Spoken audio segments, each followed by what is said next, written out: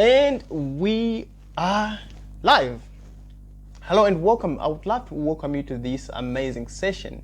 And in this session, we're going to be focusing on single mothers that are planning to go to the UK as nurse aides.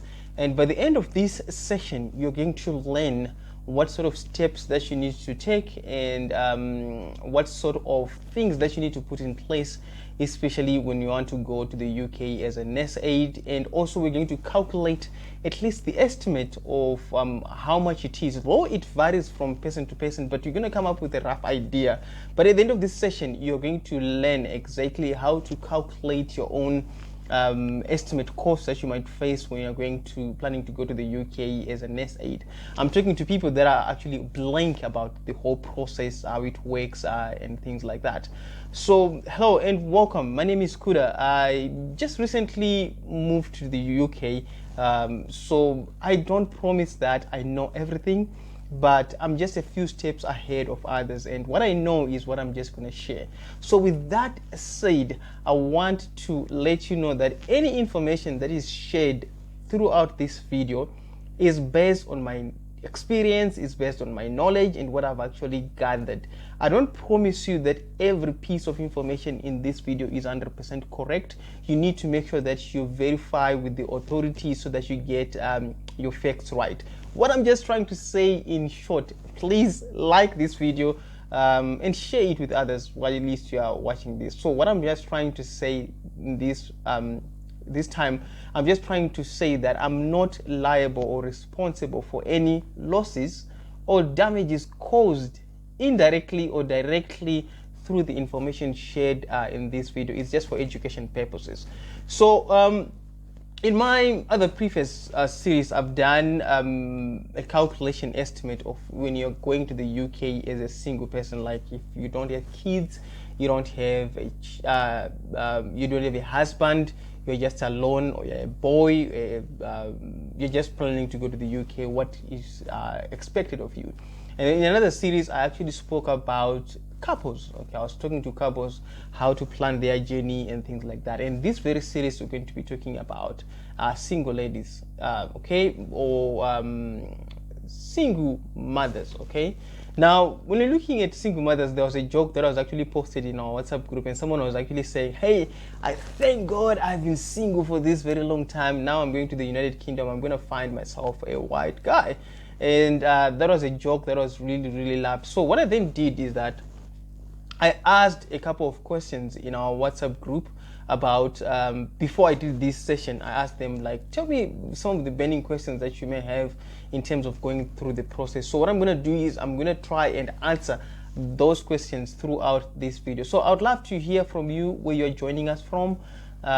Just type in the city that you're joining us from and take someone who's supposed to be listening to this, and please do share this video. Just go ahead and share it with others. I'm waiting for you to share this video. I'm going to spend a great amount of time.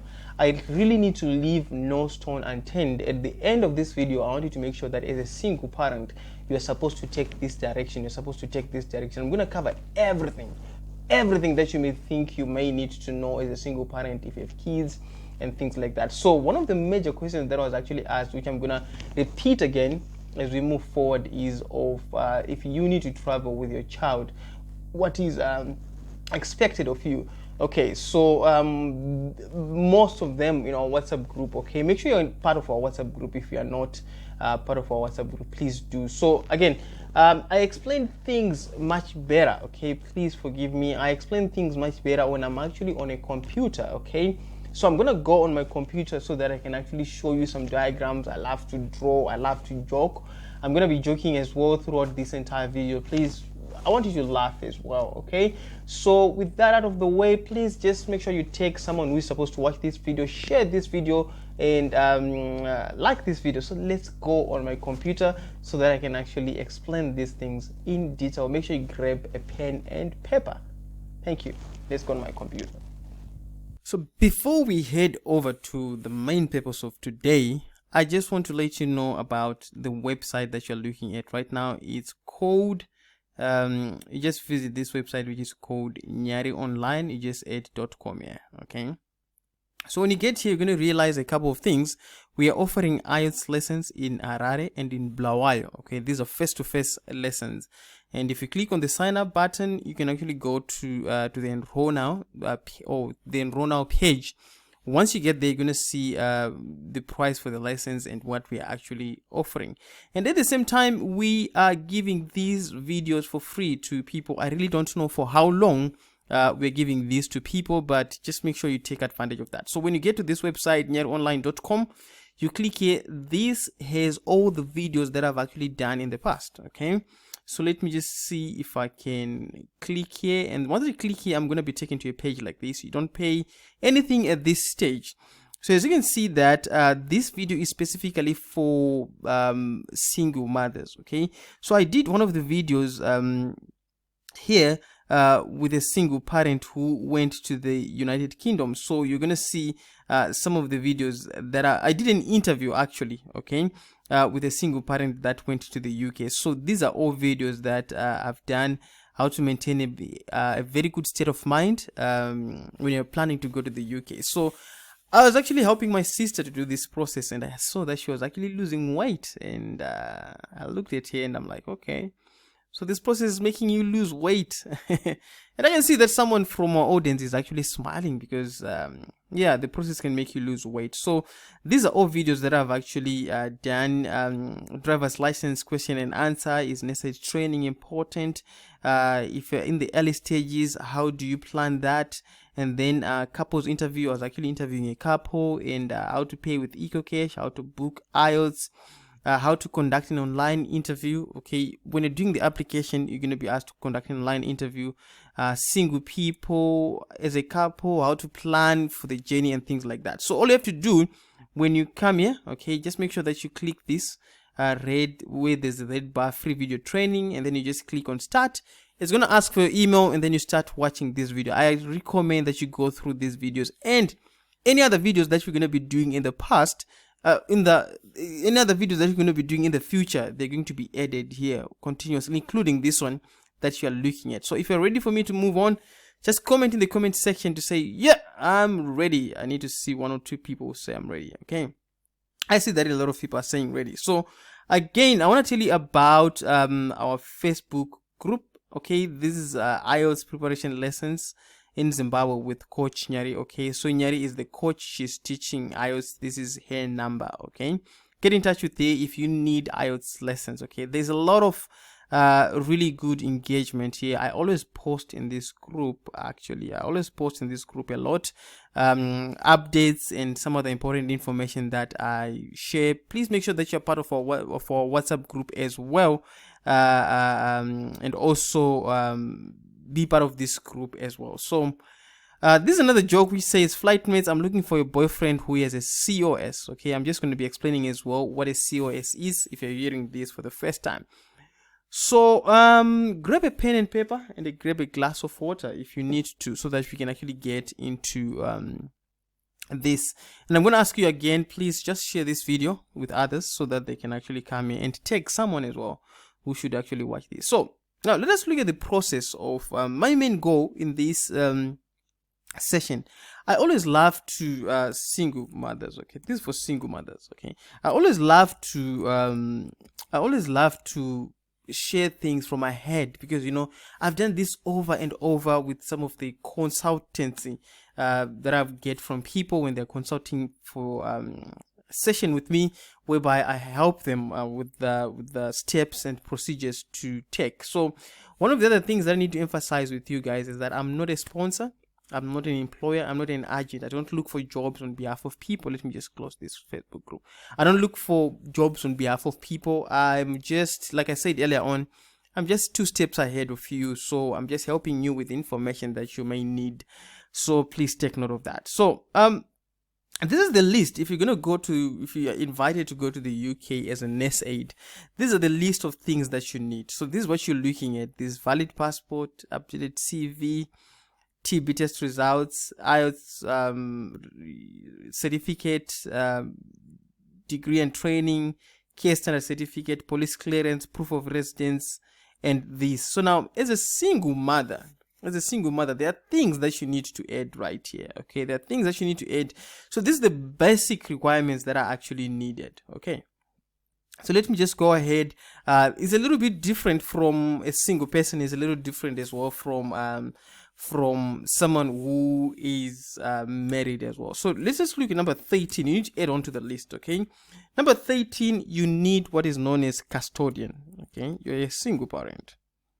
Custodianship. Okay, that's custodianship. Okay, or it's called guardianship. I'm going to explain in detail what guardianship is and what guardianship is and how it works, so that yeah, so that's the other thing that you need to add there as a single parent. Okay, so other than that, as a single parent, there's really nothing else you can add, but anything that you're going to be adding is something that we can just work towards this. So what I mean is that if you have let's say if you're doing IELTS, there are some subtopics that comes over under IELTS, okay, like lessons and then like fees and things like that. So I want to talk about, before I go ahead and share this with you, I want to talk about the financial well-being. Okay, the financial well-being of a single parent. So I understand that single mothers, in most cases, you're hustling. Hey, I know you guys are hustlers. Okay, can I hear you say ahoy? Just comment and say ahoy. I'm gonna tell you how single parents really work very hard for their children, so that they make sure that they go. If I'm gonna tell you if there is, hey, I see someone is saying ahoy. Kuda, yes, say it, ahoy. If I'm gonna tell you if I've ever worked with people in the process of going to the UK, the most serious people are single mothers. Okay, the most serious of them are single mothers. So there is a single person. Okay, there's a single person, and then there is a married person. Okay, and then there is a single mother. Okay, I just don't know, guys. I just don't know. I'm just telling you this from my observation. These people, when they start working towards this, they are very serious, they are very aggressive, they stop at nothing. They stop at nothing. They are just unstoppable. Okay, so I'm going to talk about your financial well-being. I understand this process is going to ask a lot of money and things like that. So I'm just going to give you a very good tip in terms of how best you can actually raise the funds. Okay, how best you can raise the funds. So one thing that I need you to do is to identify. Okay, identify an accountability partner. Okay, identify an accountability partner. Now I'm going to explain why you need to identify an accountability partner. So now, accountability partner doesn't mean someone with money. Okay, it's someone who helps, who gives you who taps on your back, you know, just like saying, don't give up, go on, don't give up, go on, don't give up, go on. Okay, so it can be your mom. Okay, and it could be your brother. Okay, we're not saying go and ask for financial assistance from them. It can be your sister. This is the person who is very, very 100% positive about what you do. You know what? In everything that you do, they just give you support. They just give you words of encouragement. You really, really, really need that. Okay, you really, really need that. I have one person that I was actually assisting, and she was getting a lot of support from her mom. And yeah, so you really need that. And then the second type of person that you're supposed to get is relatives. Okay, is relatives. Okay, so you need to get the support of relatives. Okay, I'm going to tell you how you can get their support in terms of financials. Okay, I understand that in some cases you want to do this process as a secret. You don't want everyone to know. Okay, there's a joke that goes like, there is no African who is as secretive as someone who is planning to go to the UK. One day you just find out on their status that they have gone. They are very secret about it. So you want to talk about to relatives. Okay, identify key people that can help you with finances. Okay, that can help you with finances. Okay, so the way you help them, the way you identify these key people, you keep them updated. Okay, keep them updated. Okay, keep them updated. Here's why. One trick that I do in terms of keeping someone updated is to tell them, hey, I'm going to throw a list. You could say Budi, if that's your brother. You could say, brother, this is the list of things that I'm supposed to be working on, and I'm going to be telling you what I've done. Okay, So once you send them this list, they might ignore you, they might not pay attention and things like that. So you can identify more than one person. And then you keep them updated that I'm going to collect my passport. Can you borrow me money? Okay, just ask for it. Okay, I'll give you your money once I get to the UK. Okay. And then you go again tomorrow. You say you don't have to give them updates about money always. Give them updates about what you're doing. I'm in this WhatsApp group with this guy Anonzi Kuda. He explains things in a very nice way. Come and see what he's doing. I've just joined this WhatsApp group. I've watched this video. And I've gone to lessons. I've gone to see the lawyer. I'm going for my driver's license. So you just keep them updated, okay? And in between, you just ask for the money. And then now, get in a habit of making sure that when you borrow money, make sure you list that down. I promise you, if you're a single parent, whatever amount that I'm going to be breaking down in terms of the funds and things like that, you are going to pay everyone back their money in about 4 months. Okay, in about 4 months you'll be able to break even. Okay, in about 4 months you'll be able to break even to say, let's say you've borrowed a huge amount of money. Okay, in total, you're going to get to pay them back in about 4 months, and then also remain with a little bit of money for yourself and then for your upkeep and things like that. So that's basically the process. And if you are here, you are helping someone who is a single parent. Okay, just be patient. This process is a little bit confusing for them, okay, as they're doing that, and it can be very confusing as well for you, the person who is actually assisting this person. So yeah, again, I love your energy. Okay, if you are guys here, single parents, I really love your energy. I know that you are committed to making sure that things happen, and because you are muruma twin one, you know sometimes dimi baba and dimi amai at the same time, and you're taking roles of a father, roles of a mother at the same time. I know looking after kids can be really difficult. Okay, so one of the things that I do when I'm talking to so someone is saying thank you, Kuda. Oh, absolutely. You're most welcome. You're most welcome. I love to hear those words, guys. I mean, if I have spoken something that really strikes you, please leave a comment in the comment section. I mean, it gives me a lot of fuel. Okay. So one of the things that I want to tell you as well, a lot of single mothers, when I actually get a call from a single mother that who comes for consultation, on a consultation call, actually, when I'm actually, so I try and say this, hello, hi, so I'm gonna get personal about your case. Okay, I want you to tell me exactly what's happening. And guys, I need to understand that I'm very confidential. Okay, I'm very confidential with people's information. I really don't disclose any kind of thing. So basically, when I'm actually talking to someone, I need to help them. I kind of ask them these questions. Okay, and you kind of want to sit down and answer yourself these questions as well. So the first thing that I ask them, how many kids do you have? Okay, how many kids do you have? And they go like, they easily say that I have 3. And then the second question that I ask them is, if someone says I have 3 kids, okay, someone says I have 3 kids, okay, if someone says I have 3 kids, and then I'm like, with the same father? Okay, so this is when the moment, like when I go like with the same father, there is a moment whereby they actually like mute, go silent a little bit, and go like, should I tell him? Should I not? Should I tell him? Should I not?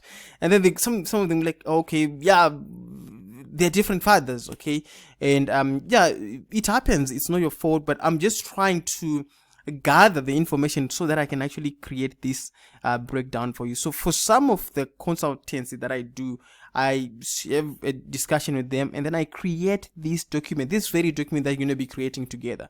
Okay, so you need to ask yourself, with the same father. Okay, you ask yourself that, and then the third question that I ask them is that, are you in good books? Okay, are you in good books with the father? Okay, are you in good books? Okay, some say, we are not in good books, and then now vasingu mazano kutaura kuti bhangu iye adondijairira hatombochengeta kana mwana ndibhangu and things like that. And they say quite a number of things. You know how they say it, and they say it boldly. I mean, I'm looking after my child and things like that. So You need to ask yourself that question as well, like to say, are you in good books? Because this question is going to help you to establish the kind of custodianship you need to do for your kids and the process that you need to take. Okay, so now let us look at the right now I'm actually doing this video in October. This is actually September actually, so I would say this is just October. Okay, I would say this is October. Okay, I would say this is October because I'm doing this video end of okay. So now again, number 14 that I need to add here is other expenses. Okay, other expenses. You need to actually make sure that you add this on your own. I really don't know what your expenses are like, but I'm talking of a case whereby, let's say you are living in South Africa, your kids, they are staying with their grandparents, with their grandparents in Zimbabwe, and you're supposed to travel, you're supposed to sell your things and things like that.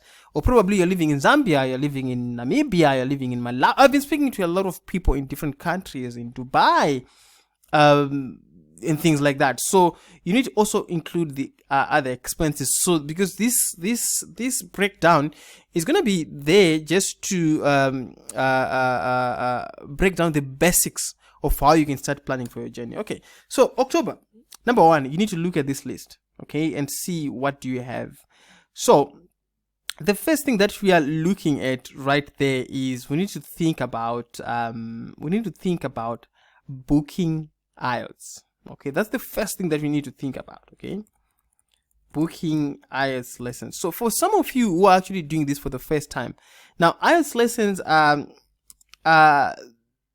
lessons that are done through the British Council, and it's a requirement that you need to do, and you need to pass this. Okay, so now when you book IELTS, this cost is about 338 excluding charges. Okay, you need to add a little bit of maybe $30 or $25 to pay, and this is done through the internet. Okay, and I've actually done a video, like I said. If you go to this website that I've explained earlier on, you're going to see that I've added a video on how to book IELTS, for NSAIDs going to UK specifically. So if you're joining us, you just click on start, and I've explained how to get here. You go to this website, which is called nyarionline.com. You click this red bar, it's going to take you here. You click on start, you'll be able to access these videos without paying anything. Okay, I'm not really sure how long we're going to keep these videos for free, including this one that you're actually watching. We're going to be adding it there as well. So now, when you book IELTS, let me knock a little bit of some sense into whoever is why IELTS. Okay, so IELTS expires after 2 years. So let me just draw a little bit of a diagram for you. I love drawing diagrams. Okay, so this is IELTS. So the next time that this is going to expire is 2024. Okay, 2024. Okay, it's going to expire in 2024. So we are saying that within this period, this is the last thing that expire. So that's what you need to start off with. Okay, because it takes longer to expire. Like example, we cannot start with something that expires in 2 weeks. That's exactly what I'm trying to say. Okay, and then we're gonna come back to that. And then the other reason is that if you book in October, I was actually assisting someone in the United States today to book to make their IELTS booking, and when they were actually getting the booking for writing in Zimbabwe, they actually got a date for December. Okay, that's December. So one thing that you need to understand is that there is October, November, December. That is 3 months from now. That's when this person is gonna write IELTS. So the dates are moving so fast. So that's the reason. Okay, so here we say now this is December. Okay, December, that's December 2022. This is when they're going to write the exam, IELTS exam. Okay, that's when they're gonna write. Okay, so that means if I'm planning this, I'm gonna say November now. Okay, November 2022. That's when you need to start learning. Okay, I would say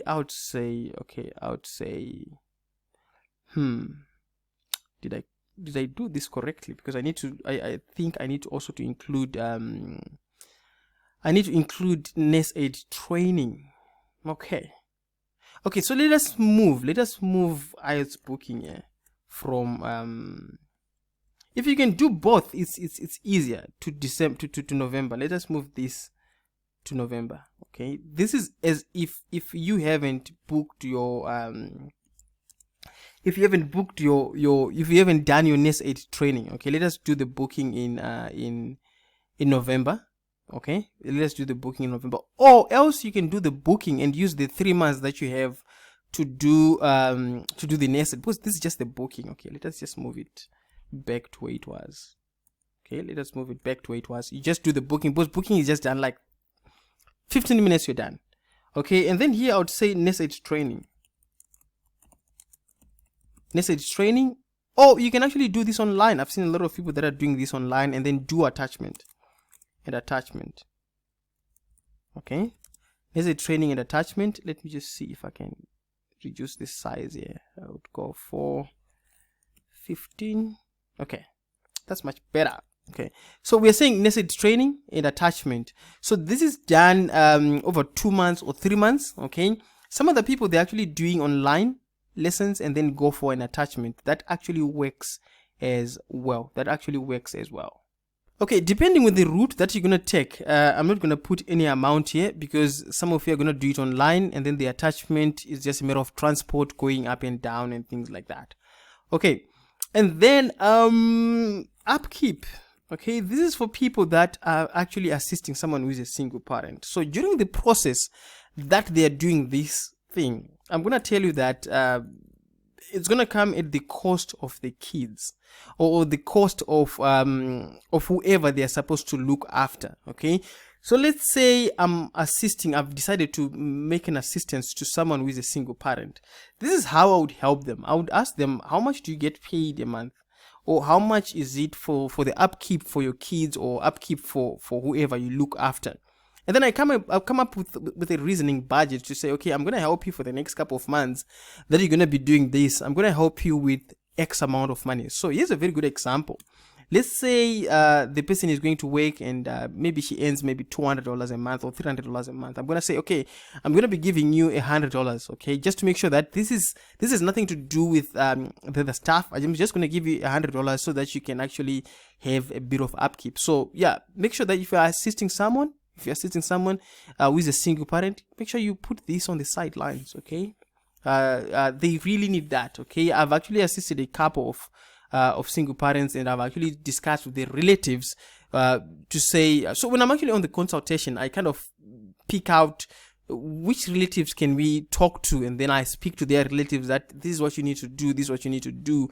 So, and it happens that it actually worked out because I explained them in a very good way. So now attachment is done, and booking IELTS, let's just do this. Okay, and then we are looking now at a valid passport. Do you have a valid passport? So booking IELTS, remember, you can book IELTS without your passport. You can use an ID. Okay, and then we're looking at, do you have a passport? So we are saying now passports have to be done here. Okay, passports. Now we're looking at passports against the number of kids that you have, or against the number of kids that don't have passports. So at this stage, you just need to make sure that you take passports for 120. That's 120 per passport for 2 weeks, I think. Yeah, I was in Zimbabwe recently and it was 120. Okay, so are you following, guys? Are you really following? If I lost you, just go ahead and comment. I'm gonna try and answer that. Okay, so you need to make sure that you put passport and then you put the amount there, depending on the number of kids that you have. Okay, so passports, we are saying we are done. If you don't have a passport, go ahead and do that. And then now we're looking at diploma and certificates. Now the diploma and certificates model is this is what you're working on right now when you're actually doing the Nest 8 training. You're working on a certificate to show and prove that you have been certified as a Nest 8 trainer or a Nest 8. You've done the training, and then when you do the attachment and things like that. So that's what you're actually working on, and then that's what I've actually done. And then when you look at passports, and then here we're looking at copy of driver's license. I would say somewhere, this is when you're doing your Nest 8 training, I would say somewhere in November. Okay, do the license. Okay, do the license, driver's license. Let me say driver's license. If you don't have, okay, if you don't have a driver's license, I'm not going to put in an amount here, but yeah, it really varies with lessons and things like that. And then what I'm going to emphasize on you is that I'm going to emphasize that you work on driving a manual car. If you have a relative, make sure you get to drive a manual car a lot. Here in the United Kingdom, there is automatic cars. Yes, there is, but they are a little bit on the higher side. A manual car is much cheaper and things like that. I'm speaking about someone whom I have helped. So when she was driving in Zimbabwe, she was driving an automatic car, and then when she got here, the company had a manual car that she was supposed to drive. She was a single parent, and then she called me. She was like, Kuda, things are not really well. I cannot drive a manual car. And then she was like, down to earth, to drive, to do the lessons, 3 full days. And she did about 30 lessons when she got here, and it was really expensive for her to do that. And then after 3 days, she started driving around, and then now she has become very, very, very good at driving a manual car. So if you have a friend, a relative, just make sure that you borrow some time and do the manual car. And again, for the driver's license, some employers may not need a driver's license, but I recommend that you do that while you're in Zimbabwe. Okay, you are going to thank me later. Okay, you're going to thank me later when you cross over this side. You're going to realize that you've done yourself a very huge favor by getting a driver's license. Okay, so now we say a driver's license is needed, and it has to be a disc driver's license. Okay, so again, somewhere in let me put January. January. Okay, so I'm gonna put IELTS exams in January, because I'm trying to make sense out of January 2023. I'm trying to make sense out of the schedule that you're gonna be having in terms of doing this process. Okay, so yeah, we're saying that do the driver's license. Okay, and then what else should we say here? Now we are looking at vaccination. Okay, vaccination certificate. So when I traveled at the airport, I wasn't asked for any of these, but I just say to myself, you know what, I want to get this done so that when I'm asked for it, I just produce it. Okay, I just produce it. So I made sure that I have that. So that is actually needed as well. So this one is done at I did mine at Wilkins in Belvedere. Okay, but when I was actually at Belvedere, I realized that I could have used any of the centers. I could have used any of the centers in our local area. Like for instance, I noticed that I could have done the process in Fakose. Yeah, I could have done the process in Kuadzana. Okay, so just find out the centers that they actually put that card. When you get the card, maybe you were the process was done, but when you get the card, it needs to be entered into the computer. That's the process that I'm actually talking about. So that's just a matter of transport fee, okay, that you need to put there. Okay, now we are looking at the issue of TB test. Okay, now somewhere in December, that's when you need to do the TB test. Okay, TB test and police clearance. Okay, and police clearance here. Somewhere in December. Why are we doing the police clearance this time? So one thing that I want you to understand is that this entire process may take 6 months in preparation. Okay, if you're that kind of a person who is not patient, just know that you may not be able to do this. Yeah, you need to be very, very, very patient with the process. Okay, you need to be very, very patient with the process. Let me just put one there, TB test. And then to do TB test, now you need to pay money. If you're an adult, that's 165 plus transport money. And then police clearance is just a matter of transport fee, like going up and down. For argument's sake, I'm just going to put that on $20. Maybe use a car, or I really don't know your mode of transport. But when you're getting a police clearance, this is what you do.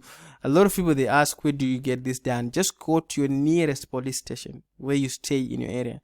Get there, speak to the officers and tell them that I need to do police clearance, and then from there they're going to assist you. Okay, they're going to tell you the process and things like that. And then Now we are looking at this. We have actually said that this is going to be done.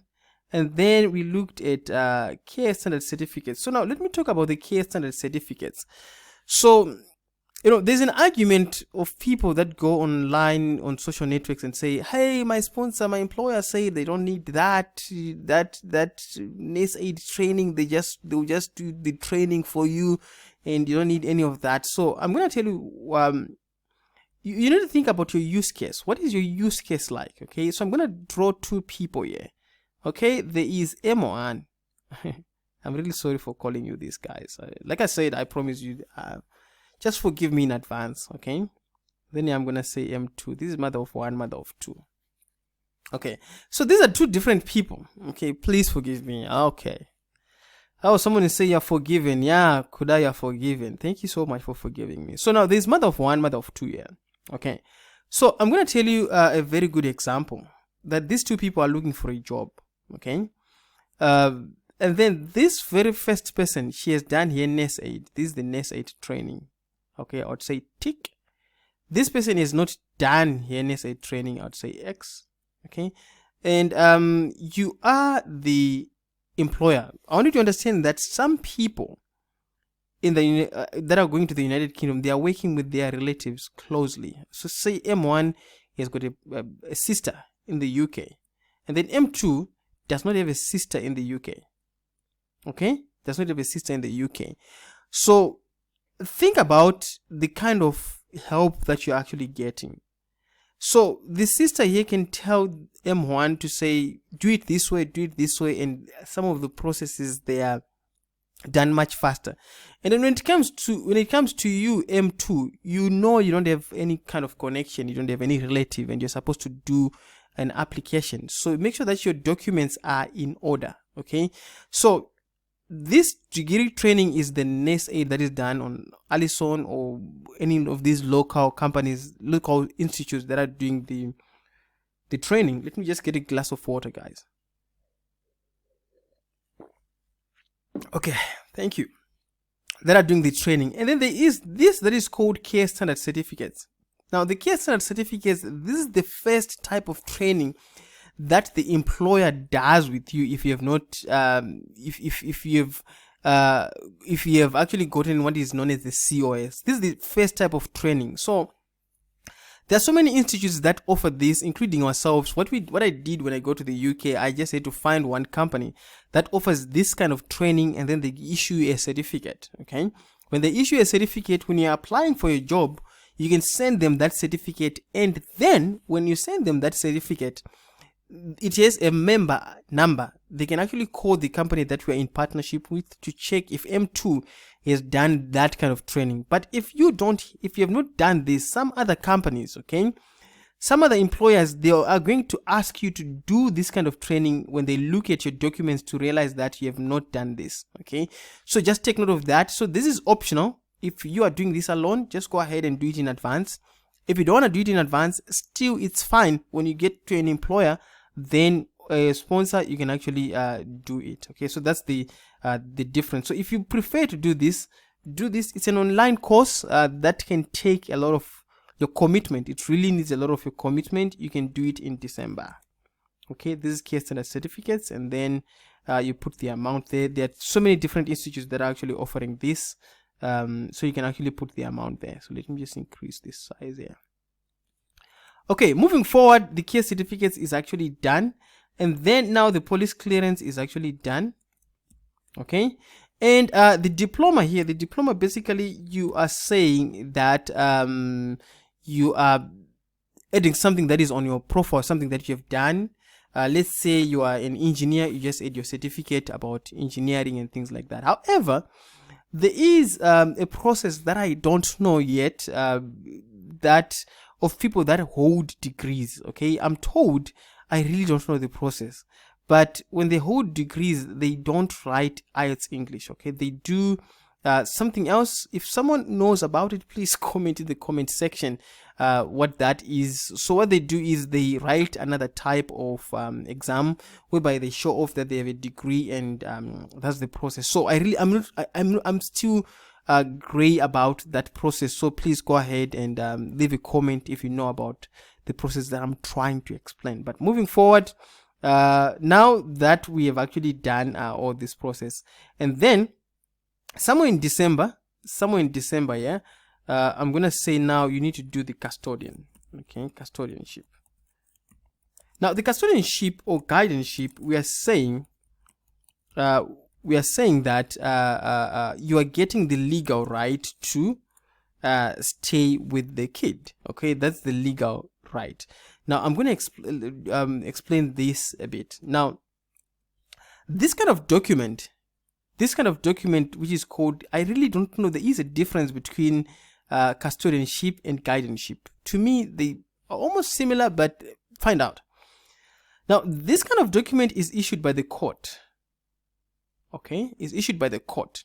So what it simply means is that you're not doing an affidavit from the police to say, I'm looking after this child and things like that. You're actually doing through the court. Okay, so you have two ways. You can go to the court on your own, or you can go through the lawyer.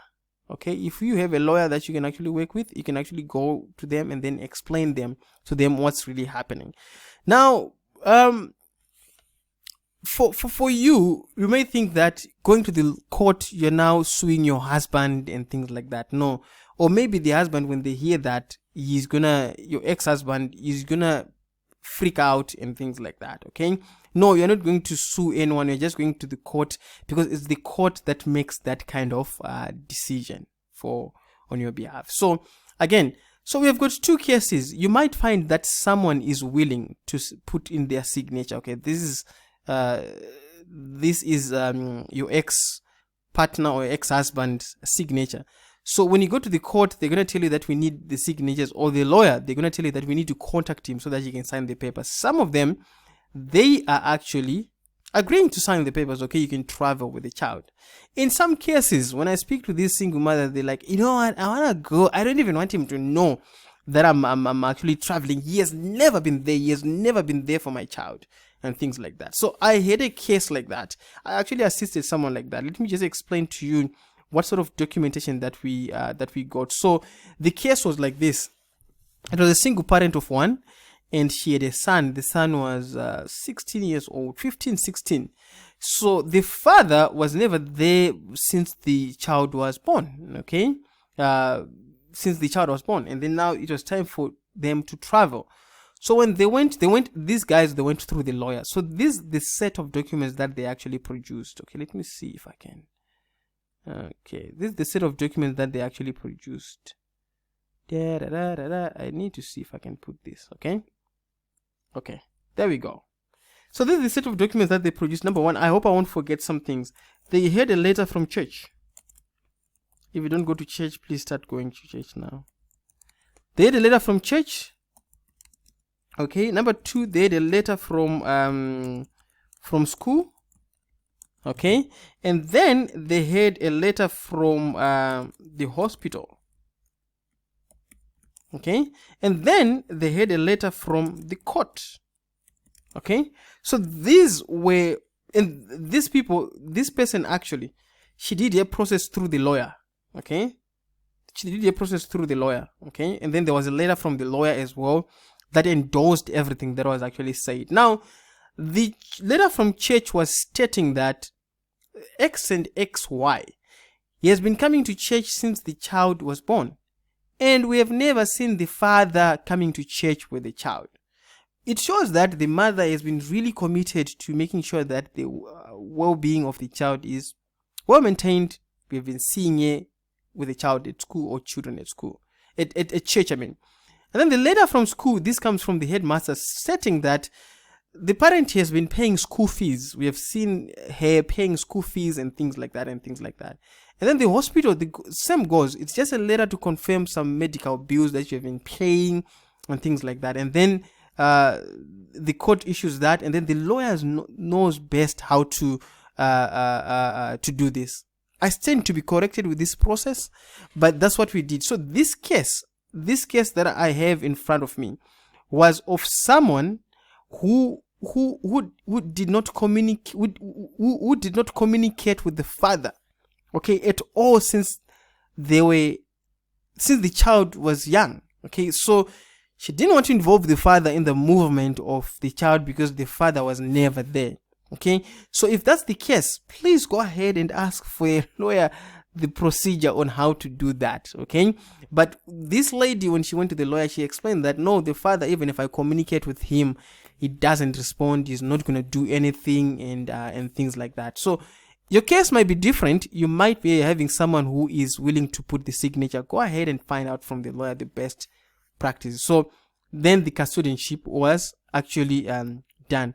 Now, one of the things when I learned about custodianship is that this person, she only had to learn about custodianship at the last stage when she was supposed to do her visa submission for the son, and she realized that wow, these kind of documents are actually needed. So that's when she had run around. So you need to make sure that you do that while it's this time. Okay, so this is the custodianship. Okay, now when you're talking of other expenses, I was just talking about other expenses in terms of you planning your journey, in the sense that you need to make sure that the kids have got passports, the kids have got the things that are needed. And then what I recommend you do, if you're planning to go to the UK and leaving the kids behind, make sure that you leave them with a lot of things done that does not require your attention. So one of them is making sure that you get the passport. I'll tell you a very good example that was really, really frustrating when I was actually helping a different single parent. So the case was like this. This lady, she was in Zimbabwe doing her processes in terms of doing her stuff and things like that. And then she left the son without a passport. Okay, the son didn't have a passport. The son didn't have a passport. And then when she got to the UK, she wanted now to apply for the passport. Okay, and then she had to send someone to do the application. The application was done. And then the frustrating thing is that I gave them a lift actually to go to Makombe to collect the passport. And then we were asked to, in fact, we were actually applying for the passport. So we went there the first time. And then these guys, they said that you need to do an affidavit. Okay. And then she was in the UK, and then she went to the local police in the UK. And then she said, I want you to write this affidavit for me. The police in the UK said, no, we don't know how to do that. Please go to your embassy. She had to travel a very long distance to go to the Zimbabwean embassy in the United Kingdom to get the letter stamped by the embassy in Zimbabwe to say that she's in the UK. And then when she stamped the letter, she actually scanned and sent the letter to us. Okay, and then she traveled back a very long distance, to go back home. And then we went to do the application. When we go to the application with a scanned document, they were like, no, scanned documents can be faked. Okay, so we need the actual document. We had to call this lady, and she had to come back again to the Zimbabwean embassy. Another day, we had to wait a very long time.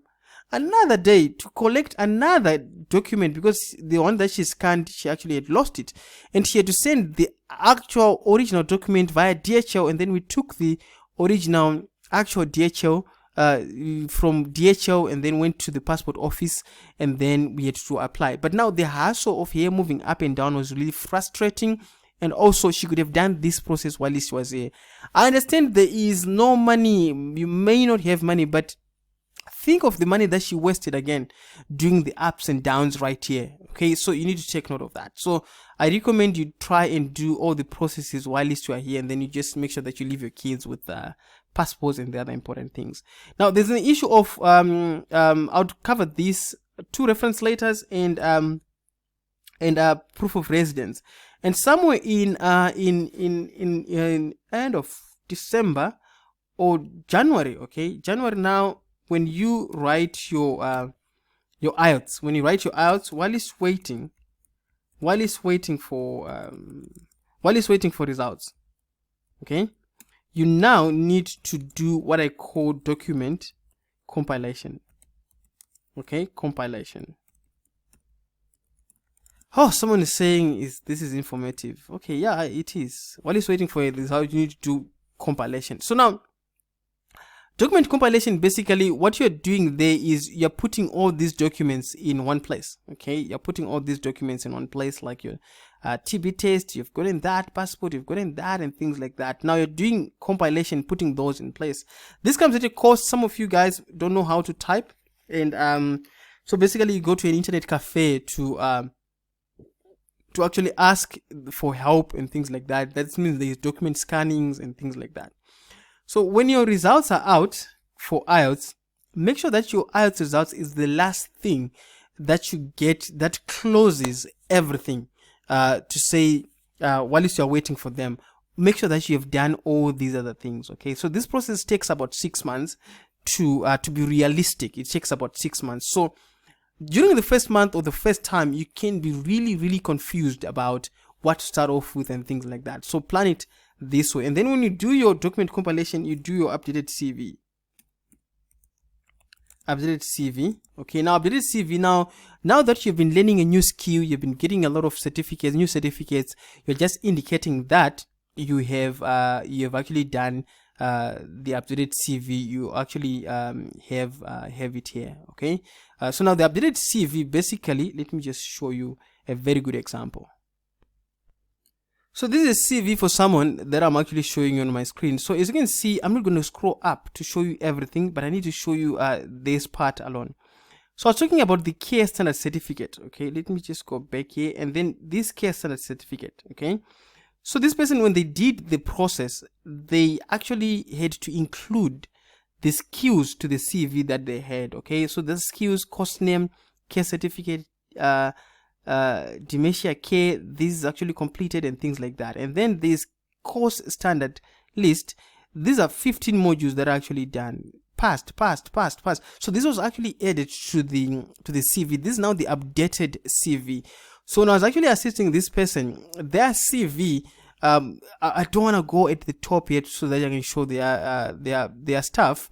It has got, they actually did the nurse aid training in Zimbabwe.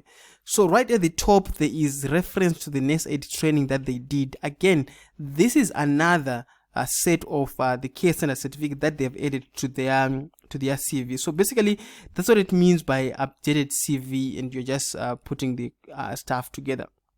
And then once you're done with updating the CV, now somewhere in end of February, okay, end of February, I would say Feb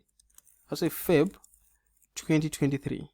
Okay, now you're starting to do the travel. Okay, no, once you do this, you do the application. I mean, you connect with the sponsor. Okay, you connect with the sponsor. Are you enjoying this, guys? I know it's very informative, and my session has been long. I need to make sure that I cover everything. I'm not in a rush anyway. So the sponsor is going to give you what is known as a COS. Now think of a COS. This is a shortcut for certificate of sponsorship. Now certificate of sponsorship is a document that has got your name, your passport number, that states that you have managed to secure a job in the United Kingdom. Now this certificate of sponsorship is issued only when you have done all this. Okay, so now, like I've explained earlier on, when you are given this certificate of sponsorship, when it's issued, it carries a date and it expires in 3 months. So if you are given it in October, if it's issued to you in October, then while you're working on these documents, it's going to expire, and your approval to get to work in the UK will expire before you complete these documents. There was an argument in our WhatsApp group today of someone who was saying, they said they're going to give you certificate of sponsorship and things like that. When I had a conversation with them, I realized they haven't done their papers properly. Okay, so this cannot be issued if that's the case. Now I'm going to ask you, when can you look for an employer or sponsor? Okay, a lot of people have been asking that. You need to look for an employer or sponsor the day that you start. You certainly need to look for that, do some applications and things like that, and be honest with them that you are looking for employment. I'm still working on my documents and things like that. Now when you connect with the sponsor, you need to ask the terms and conditions. What are sort of the terms and conditions that they have? Of course, once you know the terms and conditions, you put the monetary value right there. So once you're done with this step, you also need to do what is known as interview preparation. Okay, interview preparation now is interview preparation now is whereby you once you connect with the sponsor, they're gonna get you to do an interview. Okay, let me just do interview prep. I do interview prep as well, and again, I've actually done an interview preparation session with on the website that I was actually talking to you about that time. That can actually help you. If you go there, the videos are there. You can actually watch it. If you want to get in touch with me, I do one-on-one live. That comes at a cost as well. Now, when you do the interview preparation, you're going to get what is known as an offer letter. Okay, the offer letter now is now offering you a job like please come and work with us and things like that. Okay, and then let me just remove the COS here. Once the offer letter comes, you sign it and you send it back via email, and then the COS is issued to you. Okay, then you start doing the visa application. Okay, once you do the visa application, this comes at a cost as well, and then the offer letter as well. The offer letter as well comes at a cost. Okay, the offer letter comes at a cost. Now, when I'm talking about the cost of the where is my document? About the cost of the offer letter, I'm talking about the ups and downs that you'll be going through and things like that. Okay, that's basically going to the internet cafe and things like that. And then when you're doing the visa application, when the visa application is done, then the travel happens, and then that's when you need to look at flight. That's when you need to look at accommodation, and that's when you need to look at a car. That's when you need to look at insurance. Okay, and then here you also need pocket money. Okay, what I'm saying is that now when you speak to your sponsor, they're going to tell you the terms and conditions of what they need. Okay, and then you put the amount there. And then on the visa application, if you're doing the visa application on your own, you put the amount there, and then find out if your sponsor is paying for all these, the flight, the accommodation, and things like that, and the insurance.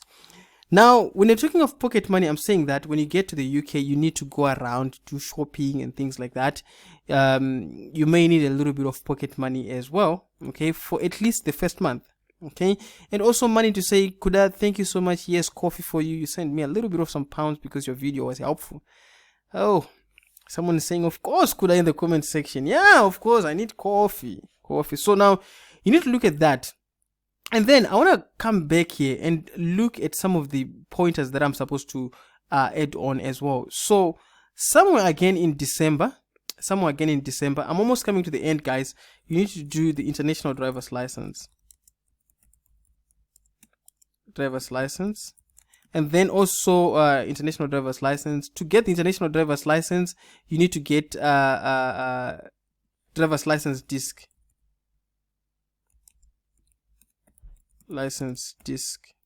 Okay, you need to get the driver's license disc, and to get this, you get it in AA in Newlands, and then it comes at a cost. If you're going to pay for the international you get the international driver's license at AA. Okay, you get it at AA. This one you get it at CVR in Harare. Okay, at CVR.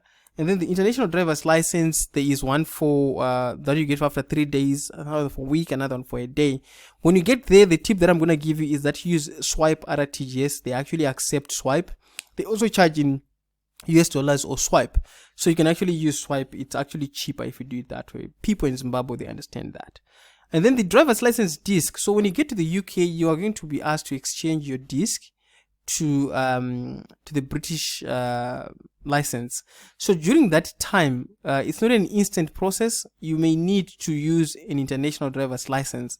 There are instances where you may not use the international driver's license to drive around, but you may be asked for it. So like I said, I always emphasize on making sure that your things are in place so that when you ask for it, you make sure that you produce it. Okay, so when you're going to ask for your disc license, I want you to, when you go to CVR, you can just show them some of the papers that you are working on. It can be an email that is printed that states that you're going to you really want to travel and you need the international the disc license. The disc license. I'm kind of mixing up. Let me get a glass of water. Sorry. Okay, the disc license. Just explain to. That's what we did. At some point, we just went with the letter to say we need a disc license. This letter was actually from the employer or one of the documents that was sent via email, and then they actually assisted us. Now, looking at this process, I just want to say I've covered almost everything. Yeah. Okay, and then we also need two reference letters from the companies that you worked from. So it can be your former employer, and also it can be a letter from the attachment that you actually did. So one has to be from the attachment. The other, it can be like from a former employer. Okay, and then proof of residence. This is where you are staying, and you can actually use an affidavit to do that. So now I'm gonna talk about the last thing again. One of the last thing that I need to emphasize is that education. Okay, some of you may say, I didn't go to high school and things like that. So when they're looking at these documents, they're just looking at, are you fit enough to do the nurse aid training? Have you passed it? Have you done what is required? Okay, so they don't really look even if you went up to grade 7. Go ahead and and do this. Yeah, so that is out of the question. Now I'm going to answer some of the questions that some people asked me. I'm almost coming to the end, guys. So the first question was the child welfare. Okay, I really don't know what about the child welfare. So basically the welfare of the child, I'm just going to try and answer that the way I understand. And what I'm going to be saying is, some of the statements that I'm going to be saying is just what I heard. It appears that with kids here, they're a little bit strict in terms of their welfare and things like that. So make sure that when you have a child, they are being taken care of, especially if they are very young. There are instances whereby you're supposed to go and pick them up from school, go and drop them to school and things like that. So yeah, that's what I can say about that, but find out from others as well, because this question was not clear. Surname is not the father's. So now we're looking at a situation whereby you have a child and then the surname is yours. It's not the father's, and maybe the father is not even mentioned on the birth certificate. I would say please go ahead and find out from the court what sort of documents do you need. Definitely you need a set of document, okay, because there's what is known as human trafficking. So imagine any lady can actually pick up a child in the street and say, this is my son or my daughter, I need to cross over with her or him. So make sure that you find out from the court. And then school fees, I'm not really sure, but I'm told that for kids, they don't pay school fees in the United Kingdom. I stand to be corrected, but that's what I heard. Okay, I'm sure it's for maybe primary schools or high schools. I really don't know about college and things like that. If you have information about that, please just leave a comment, or even something that you had. Like I said earlier on, information given here is just for education purpose. And then best time for the kids to follow. I would say if you're going to be traveling, make sure that you try, and now this depends with how old your child is. Okay, how old your child is. If it's an old child that can actually remain at home and take care of themselves, then yeah, go ahead and travel with them. But if it's a minor, if it's a like a little child, like 5-6 years, definitely you need to make them follow on a later stage, because if you come with them, remember we spoke about the welfare, okay, that is needed, and the attention that is needed. So I'm told as well, like when you have kids that are going to school, some of the teachers, they would come home and look at the place that they are sleeping, and see if they're being taken care of, if they're not being abused and things like that. And I'm also told that you can't beat a child and things like that. But in Zimbabwe, I wish you guys, you have to control your temper when you are here. Otherwise something may happen. So now I would say the best time for kids to follow, I think just give it about 2 to 3 months. Okay, what are some of the reasons for child to be taken away from you? So when you are actually abusing your child, that child, I think, can be taken away from you. So most of these answers, guys, is something that I just heard people saying. Okay, I'm yet to experience it, but I'm sure there is some element of truth. Okay, can you go with the child at the same time? I'd say yes, but you need to make sure that you are financially fit for that, because I've realized that anything here is possible. The only thing that can be limiting you is just your money. Okay, it's just your money. So make sure that if you're coming here, make sure you try and come on your own, and then have the child to or kids to follow once you see the environment and things like that. But if your child is is like around 16, 15, yeah, you can actually travel together, as long as your child needs attention with someone at home. When you go to work, make sure that the child follows. I'll give you a very good example why I'm saying that. So the kind of care work that I've actually seen people do here, I think they do two ways. Okay, they do two ways. Number one is whereby they do stay in. Okay, stay in, and then there is one they do domiciliary. I really don't know domiciliary. I don't know how to pronounce that. I pronounce it wrong. Okay, I really don't know what how to pronounce that. Okay, I think that's the correction that I got. Now with the stay in, they probably can go to work at 8. Okay, when they're doing care work at someone's house, and then they come back at 5. But that may not be the case for a lot of people. In some days, they actually do door to door, like they do 1 hour here, and then 2 hours there. Okay, and then 3 hours at another house in one day. So during that day, you may spend the whole day up and down, and you may not be able to give attention to your child. So if that's the case, then travel alone, and then let the kid follow. Now let us look at the overall cost. I'm sure that you can actually agree with me that the overall cost differs based on your use case. Some of you guys have got one child, some of you have got more than one. So I would say for one person, if we put these monies together, okay, that have been actually doing the breakdown, the driver's license. Some of you have got driver's license already. The custodian, definitely most of you don't have the police clearance, the TB test, and things like that. For a single parent who is traveling alone, I would say who is traveling alone for the first time, okay, we are looking at amount of 8k plus or minus. Okay, let me just put 8k here. 8k, okay, 8 is not coming out.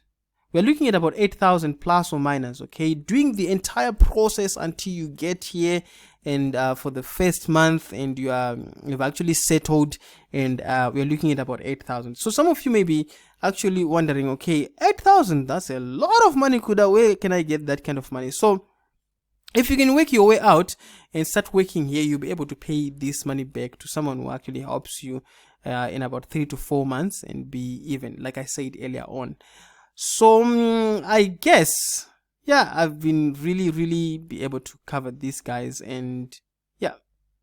Wow, we've come actually to the end of this session. I can't believe I've been talking for almost an hour, and I love the questions that you've been asking me throughout this session, and I can't thank you enough for being part of this. So I'm going to ask you a favor. If you have any questions for me, please go ahead to the website nyarionline.com, and then watch other videos that I'm really posting out there. And also, please share this video with others and take someone who may want to, whom you think may want to look at this. So we are looking at a couple of people that should be looking at this, the people that are helping you, your friends, and other people. Again, I may have missed out some things in my video, and I know I don't know everything. Like I said earlier on that, you know what, I'm just a few steps ahead of others, and I'm just giving them what I know. And if I missed out anything, if I need to be corrected, point of correction, if you have a joke for me as well, please go ahead and leave a comment in the comment section. With that out of the way, I can't wait to hear your success stories soon. Okay, when you make it on the other side, please share your success story with me. And then also, if you have those small successes, I mean, when you get your driver's license that you've been practicing, when you pass your IELTS exam, when you do that next aid training and things like that, please go ahead and share that with me. I love to hear those stories. With that out of the way, thank you so much for being part of this call, and just say bye, Kuda, and just say some kind words in the comment section, and bye for now.